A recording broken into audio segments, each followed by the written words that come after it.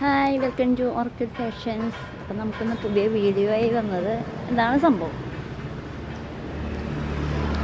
പലരും പല കമൻ്റ് അടിക്കുന്നുണ്ട്. അപ്പോൾ എന്താണ് നിങ്ങളെല്ലാം കൂടി ഒന്ന് ഓടിച്ച് ഓരോന്നോരോന്ന് എടുത്ത് കാണിച്ച് പറയുന്നത് ഇങ്ങനെ ഓടിപ്പിച്ച് കാണിക്കുകയാണ് എന്ന് എനിക്ക് തോന്നി. അതുകൊണ്ടാണ് ഇങ്ങനത്തെ ഒരു വീഡിയോ ഇട്ടത്.